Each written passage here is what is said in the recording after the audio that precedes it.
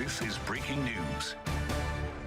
We begin with breaking news here at 11:30. Two people are dead after a shooting early this morning at a bar in Elkhorn. This is according to the Walworth County Sheriff's Office. This is a first look at the scene this morning from our partners in Milwaukee.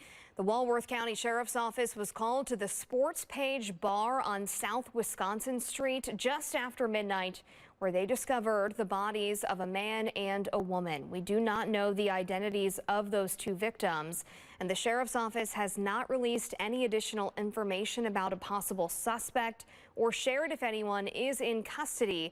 Again, this incident is under investigation, and we will continue to bring you the developing news as we learn it.